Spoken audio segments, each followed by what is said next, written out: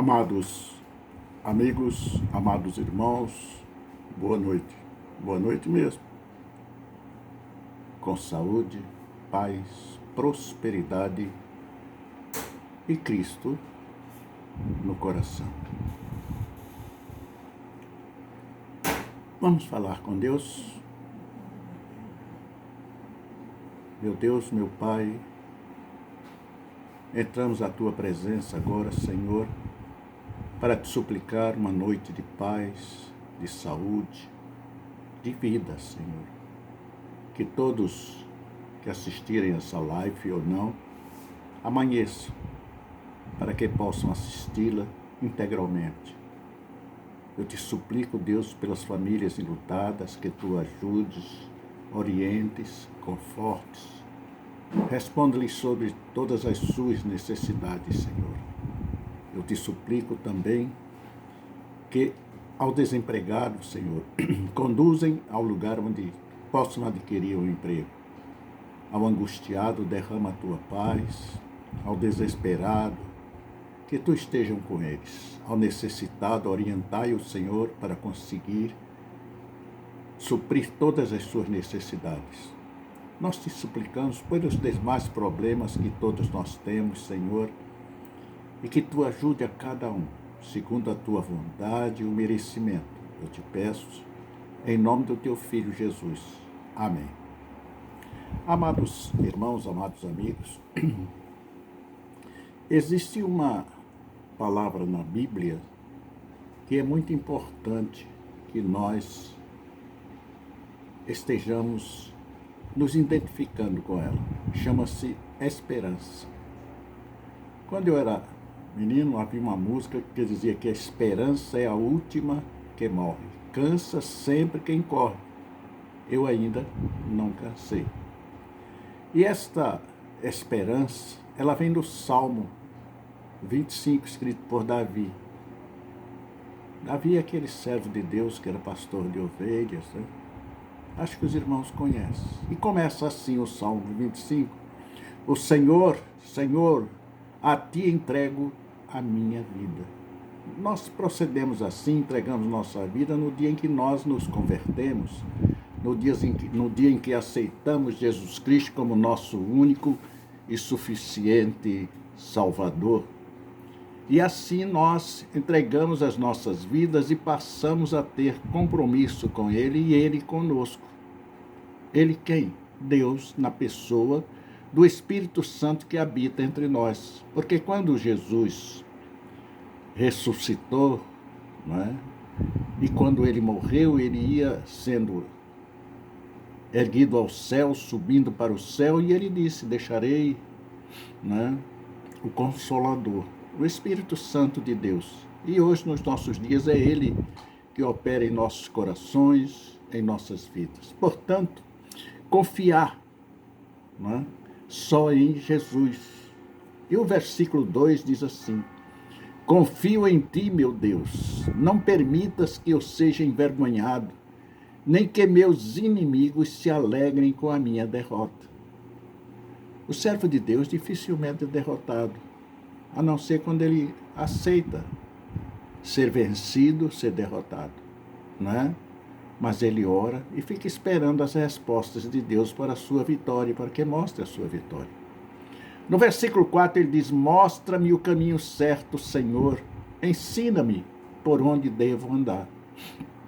E ele diz, não é? O Senhor Jesus já nos diz, eu sou o caminho, a verdade e a vida, e ninguém chegou ao Pai, senão por mim. Não adianta você apelar para José, para João, para Joaquim, para Maria, para ninguém. Só por Jesus. Sem Jesus, ninguém chegará ao céu. É a mesma coisa que você idolatrar um pastor, um padre, como, né, alguns idolatram o Papa. Então, estas bênçãos vindas de Deus, elas são realmente recebidas e somos diariamente abençoados. No versículo 5 ele diz, guia-me pela vereda, ou melhor, guia-me pela Tua verdade, ensina-me, pois és o Deus que me salva, em ti ponho a minha esperança todo dia, todos os dias. A esperança de que o Filho dele, Jesus Cristo, Filho de Deus, Jesus Cristo, venha buscar a sua igreja. Que nós estejamos não como aquelas 5 virgens que o seu azeite acabou, mas com aquelas 5 prudentes que estavam atentas, né? Sempre de olho no céu e na vida que procedia, para que, se realmente fosse encontrada em comunhão e houvesse o arrebatamento ou o casamento da igreja com o verdadeiro Cristo. No versículo 6 ele diz: lembra-te, Senhor, de tua compaixão e de teu amor, que tens mostrado desde tempos antigos, desde quando nós nascemos. Ele vem nos protegendo, nos guardando, mesmo não sendo cristão. Mesmo não sendo cristão, porque você é criatura dele, ainda não é um cristão. Ser crente não é ser cristão. Ser crente é diferente. Cristão é igual a todos. O cristão está no mundo, não é? Então é preciso que você tenha essa diferença. Ou melhor, o crente está no mundo, o cristão está com Deus. Amém? Foi devidamente esclarecido, né? O crente é a mesma coisa que está no mundo, porque todo mundo crê em tudo. Por exemplo, você crê em imagens, em esculturas, né? O cristão crê em Cristo, em espírito e em verdade. No versículo 6 ele diz: lembra-te, Senhor, de tua compaixão e de teu amor, que tens mostrado desde tempos antigos, né? Foi repetido. É até bom porque você grava muito mais facilmente em sua mente. No versículo 7 ele diz: não te lembre dos pecados e da rebeldia de minha juventude. Lembra-te de mim segundo o teu amor, pois és misericordioso, ó Senhor. É um apelo do salmista a Deus, para que Deus se compadeça, porque estamos sempre, constantemente em erros, em pecados, dizendo que não devemos, fazendo o que não devemos, estamos sempre em contradição com a palavra que nós devemos obedecer, que nós devemos seguir. Por isso, o escritor deste livro, deste capítulo 25 do livro dos Salmos, ele clama com humildade, né? Se humilhando diante de Deus. Veja bem, eu vou ler novamente. Lembra-te, Senhor, ou melhor, não te lembres, Senhor, dos pecados e da rebeldia da minha juventude, da minha mocidade. Lembra-te de mim, segundo o teu amor, pois és misericordioso, és perdoador, és maravilhoso, és o Deus soberano, o Deus do amor. No versículo 8, ele diz: o Senhor é bom e justo, mostra o caminho correto aos que se desviam. E qual é esse caminho? Jesus Cristo. E a palavra dele te diz nesta noite: eu sou. Jesus Cristo é o caminho, a verdade e a vida. E ninguém chega ao céu, ao Pai, senão por ele. Então é preciso que você abra os seus olhos para que você não venha seguindo passos que venha cair no abismo. Porque o abismo é gigantesco, o abismo é de uma largura que a maioria das pessoas vai cair nele sem se sentir. Quando estiver lá no fundo do poço, é que então lhe chegará a consciência e a responsabilidade do que ele deveria ter sido antes da morte. Porque depois da morte não tem mais salvação. Não tem mais salvação. A Bíblia nos diz isso.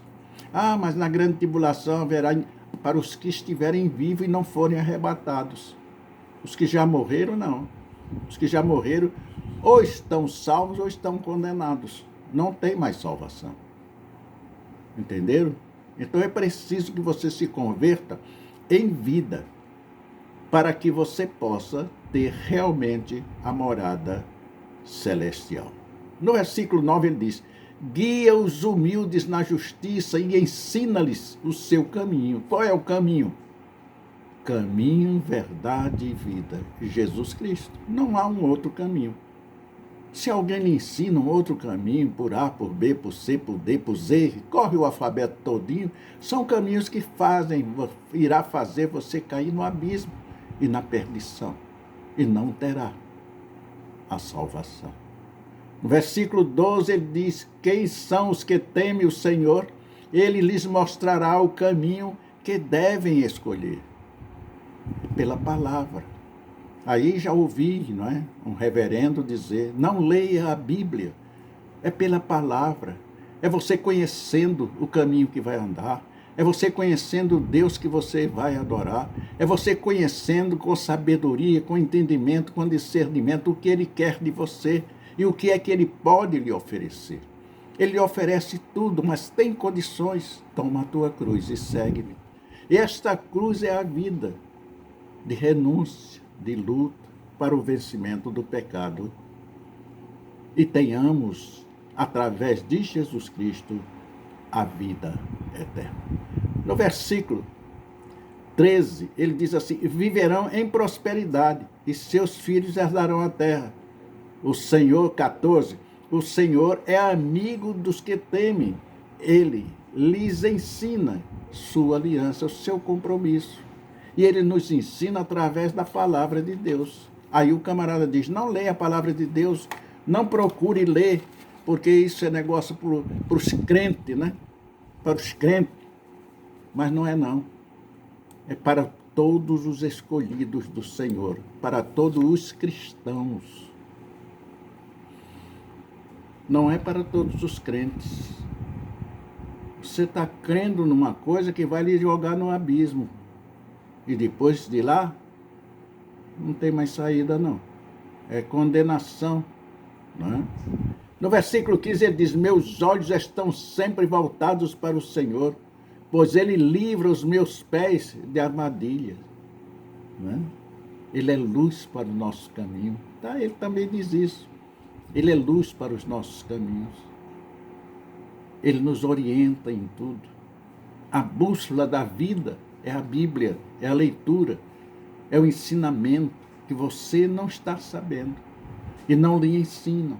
O catecismo não responde coisíssima nenhuma do que Deus quer de você. No capítulo 16, ele faz um apelo para você. O salmista faz um apelo: volta-te para mim, tem misericórdia, pois estou sozinho e aflito. Ele pede para o Senhor voltar para ele, que ele estava em pecado, ele estava perdido, ele estava nunca, como você está, como eu, como nós estamos, temos que estar constantemente buscando esse Deus Todo-Poderoso. E ele sempre volta a sua atenção para nós. No versículo 17 ele diz: meus problemas só aumentam, livra-me de toda a minha angústia. Não é?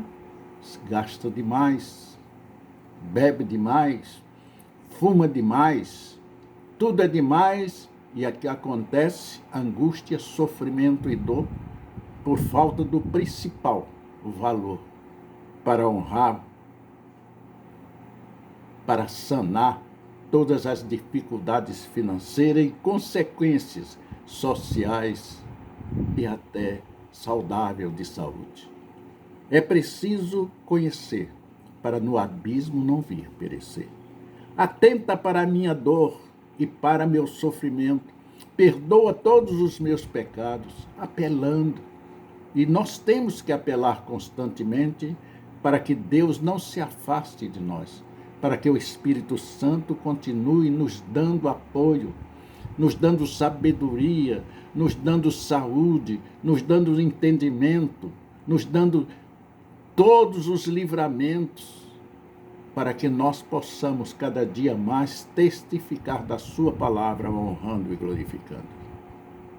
Vou repetir o versículo 17: meus problemas só aumentam, livra-me de toda a minha angústia. Quem é que não tem problema e não fica angustiado, desesperado? No 18 ele diz: atenta para a minha dor e para o meu sofrimento, perdoa todos os meus pecados. 19, vê quantos inimigos tenho e a crueldade com que me odeia. Às vezes você descobre isso no correr da existência. Finalmente, aí você vai descobrir os amigos, os inimigos, os invejosos, os traidores, mas nenhum deles te fere, te machuca, porque o Deus Todo-Poderoso é contigo e te guarda. Versículo 20: protege minha vida e livra-me. Não permitas que eu seja envergonhado, pois em ti me refugio. Olha, sabe a galinha? Vem o gavião, vem uma cobra para pegar os seus pintinhos, ela abre as suas asas, encobre todos os seus pintinhos e começa a defendê-los. E muitas das vezes ela os protege e parte para cima dos seus agressores, dos seus algozes que estão querendo destruir seus filhos, a sua família. Portanto, meu amigo, vivei orando em oração em busca da sua perfeição, para que o Espírito Santo não se afaste de você e da sua família, que sejam todos protegidos, guardados pelo sangue de Jesus Cristo. Versículo 21, ele diz que a integridade e a retidão me guardem, pois em ti põe a minha esperança. Esperança é a última que morre. E ele está para vir buscar a sua igreja. As profecias estão acontecendo. Nós estamos nos períodos das grandes dores. Nós estamos nos princípios do final. Só falta alguma coisa, alguns detalhes para acontecer a vinda do Senhor Jesus e depois a grande tribulação. Antes nós teremos farturas. Serão 3 anos e meio de farturas, depois virá a grande tribulação. Aí então sim, haverá ainda possibilidade, mas não pela graça. Agora será pelo sofrimento e pela dor. Porque a graça termina quando a igreja for arrebatada, quando o noivo vier buscar a sua igreja. Aí terminará a salvação pela graça. Após será dores. A noiva vai deixar no altar. Imagine a cena. Chegou o dia do casamento. A noiva estava apreensiva, pois a cerimônia ocorreria ao ar livre. E nos últimos dias o sol não apareceu. O tempo não esteve nublado, ou melhor, o tempo esteve nublado. E pancadas de chuva fortes, constantes. Mas naquele dia, no dia que o noivo chega para arrebatar a sua igreja, não choveu. Não vai chover. O dia nasceu feliz, ensolarado, céu azul e pássaros cantando de alegria. Pronto. Seria tudo um sucesso. Na hora marcada, a noiva desembarcou de uma linda carruagem. É coisa de cinema, vai ser coisa de cinema, coisa impressionante. O local preparado naquele lindo jardim estava todo belíssimamente decorado. O noivo estava no altar, esperando para quê? Para arrebatar a sua igreja. É maravilhoso ser cristão, é maravilhoso ser de Cristo. Finaliza a marcha nupcial. O noivo e noiva estavam de mão dadas diante do pastor celebrante. Quando ele começou a falar, o noivo interrompeu a cerimônia e disse: espere, eu não posso fazer isso. Eu não vou me casar. Deixou a moça no altar. E sob os olhares de todos, o rapaz caminhou em direção ao carro, para nunca mais aparecer. Coisa de novela, não é mesmo? Sim, mas pode acontecer. Imagine, por um instante, o sentimento de rejeição, a humilhação e a vergonha dessa mulher. Pode ser que uma pessoa, neste estado, nunca mais se esqueça daquele momento. E pode acontecer com você. Você vê a sua igreja, o seu parente, o seu amigo, seguir com o noivo e você ficar no altar. A esperança do escritor deste salmo, Davi, descreve tal fato. É hipotético, né? pois é o mesmo tipo de rejeição, de humilhação públicas, a mesma vergonha que Davi está imaginando nas linhas iniciais do Salmo 25. Ó Senhor, a ti entrego a minha vida. Confio em ti, meu Deus. Não permitas que eu seja envergonhado, nem que meus inimigos se alegrem com a minha derrota. Quem confia em ti jamais será envergonhado, mas os que buscam enganar o próximo serão envergonhados. Um grande escritor, James Montgomery Boyce, esclarece que a vergonha de que Davi está falando não é a do tipo que descreve sentimentos de embaraço. Não é a que representam de embaraço, mas seja nem que meus inimigos se alegrem na minha derrota. Não é? É preciso, esclarece que a vergonha de que Davi está falando não é do tipo que escreve o sentimento de embaraço, como eu acabei de dizer, mas por ter sido flagrado publicamente, fazendo ou dizendo alguma coisa indevida. Indevida, sim. Davi está escrevendo a humilhação que é o fruto de se ser rejeitado ou abandonado diante de todos. O mesmo sentimento da noiva rejeitada e abandonada no altar. Para tornar a vergonha ainda pior, o salmista está descrevendo a humilhação de ser rejeitado, abandonado por ninguém menos que Deus. Que Deus, meu irmão. Que Deus, meu amigo. E é isso que você está fazendo.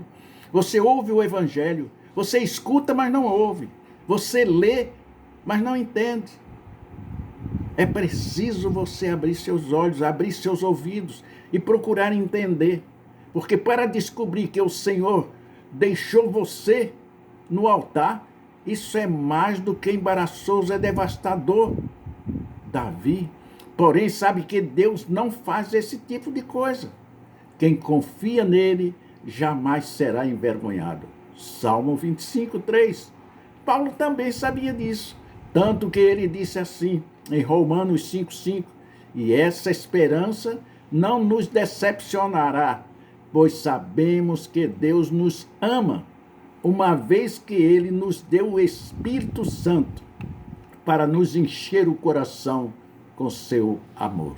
É preciso acreditar, é preciso se entregar, é preciso ser cristão, se confessar a Jesus e recebê-lo como seu único e suficiente Salvador. Sendo assim, porque Davi mandou que era na fé, nutriria o coração, ao menos as hipóteses de Deus abandoná-lo. Como assim? Ele faz o versículo 2 desse mesmo salmo, né? Desse mesmo salmo. Não permitas, Deus, que eu seja envergonhado, nem que meus inimigos se alegrem com a minha derrota. É preciso você entender que Deus morreu por você. Deus não lhe fez para que você viva no lugar em que você está vivendo. Ele lhe dá todas as diretrizes, toda a orientação, porque a palavra de Deus é a bússola que dirige as nossas vidas, assim como dirige os navios, dirige os aviões, sem um destino certo. Hoje, nos nossos dias, nós estamos sendo dirigidos por esses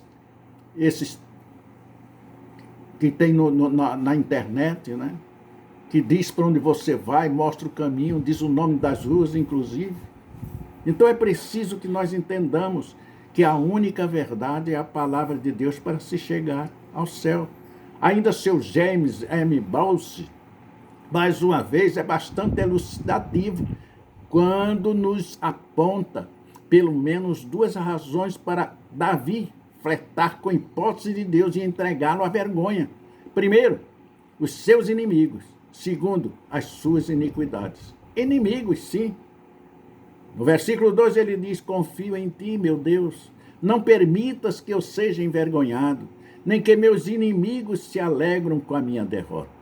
No versículo 15 ele diz, meus olhos estão sempre voltados para o Senhor, pois ele livra meus pés das armadilhas.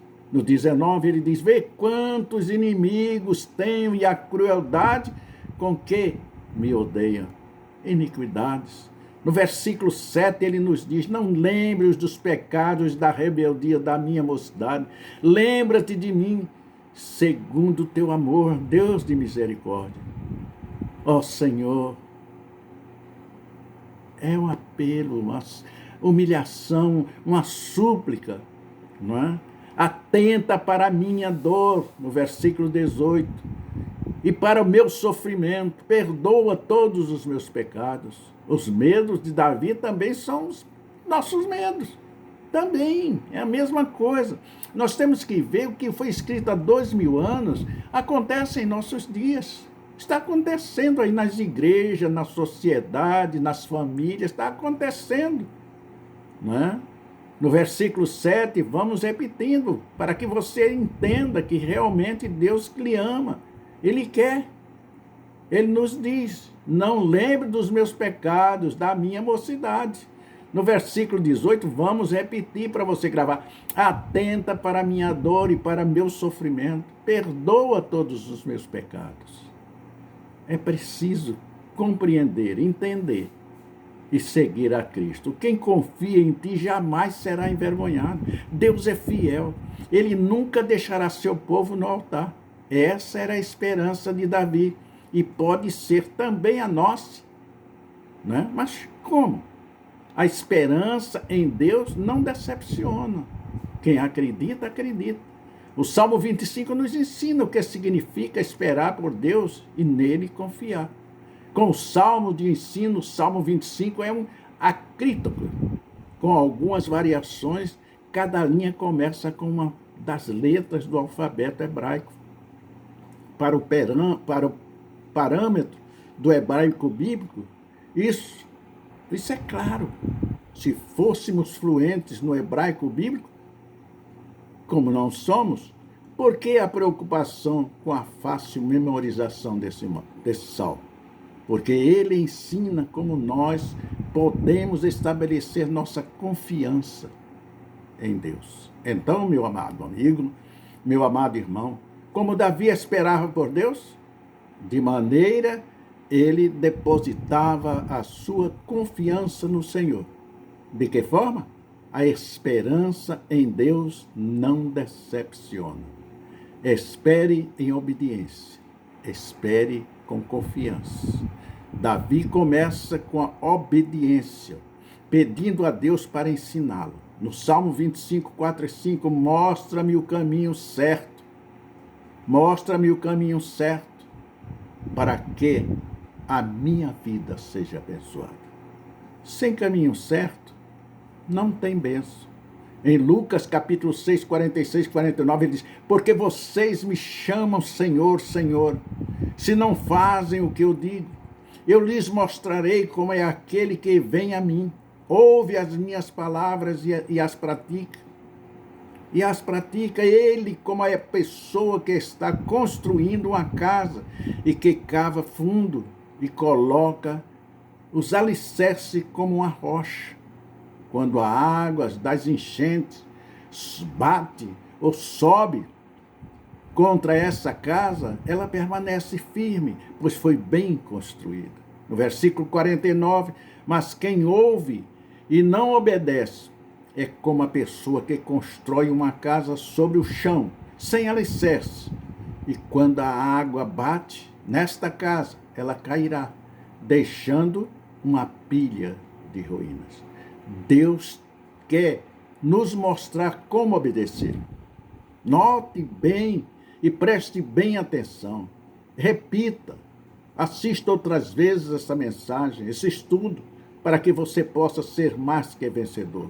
Porque Deus te ama, porque Deus te quer. Deus não te criou para viveres como estás vivendo, mas para seres verdadeiramente um cristão. Por um lado, há todas as chamas de que nossos corações nos enganam. O Salmo 14 diz, todos nós tornamos-nos corruptos, nossos corações são maus. No Salmo 14, 1 a 3 diz, e Romanos, né? 7,18, agora mesmo que fôssemos perfeitos, incorruptíveis, ainda assim precisaríamos nos lembrar de quão pequenos e limitados realmente nós somos. É preciso conhecer a palavra para seguir os passos de Jesus. Que Deus continue nos abençoando abundantemente e que até outra vez nos encontrarmos. Que a glória, a paz, a santidade, a prosperidade e a saúde seja conosco em nome de Jesus Cristo. Amém.